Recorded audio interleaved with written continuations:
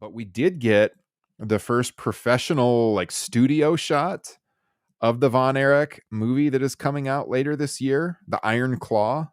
We've seen some stuff on this with, like Zac Efron, who bulked up big time for this role. I think a shot got out there months ago of him and, how buff he was looking, for the role. And that got people talking.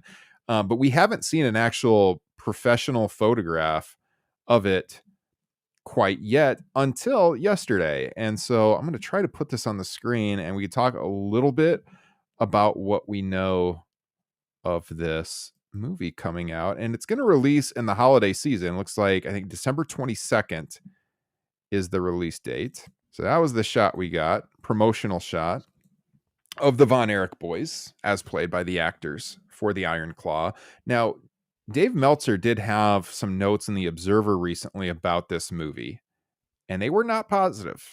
They were kind of negative because apparently there was like an early screening for a crowd and he got some feedback on what they thought of the film. So let me just ask you, Jesse, do you know much about the Iron Claw or what have you heard so far?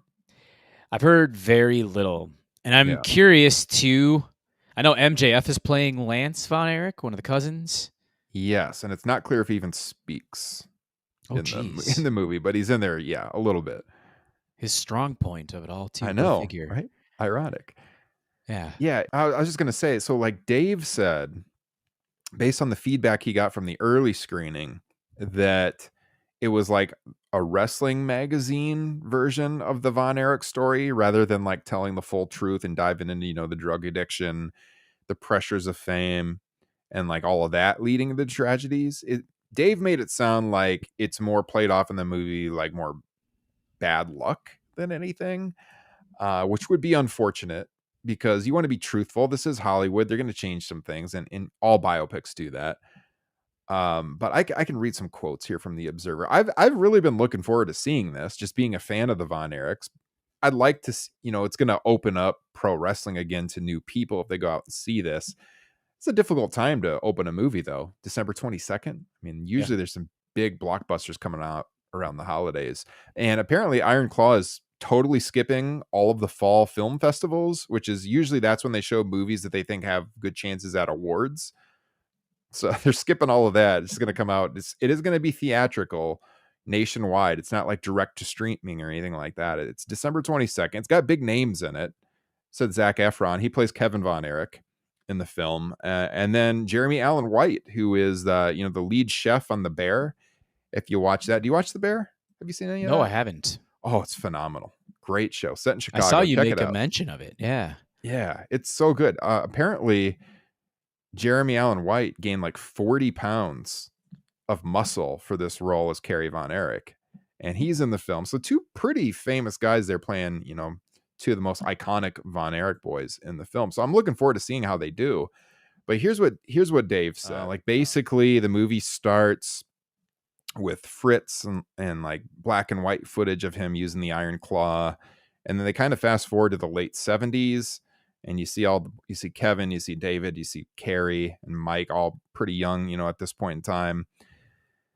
And I guess they stretched the truth a little bit about Kerry and like how close he really was to being on the 1980 U.S. Olympic team, which of course was the year the U.S. boycotted the Olympics. Mm-hmm.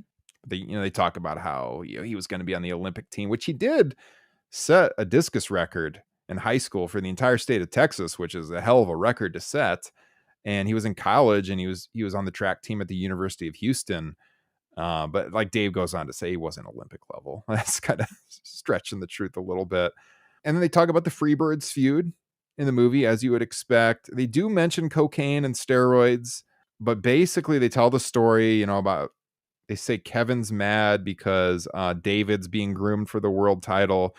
And then they go into David's death, obviously. And they go the route of what happened, one of the stories about David's death being about intestinal issues, a ruptured intestine.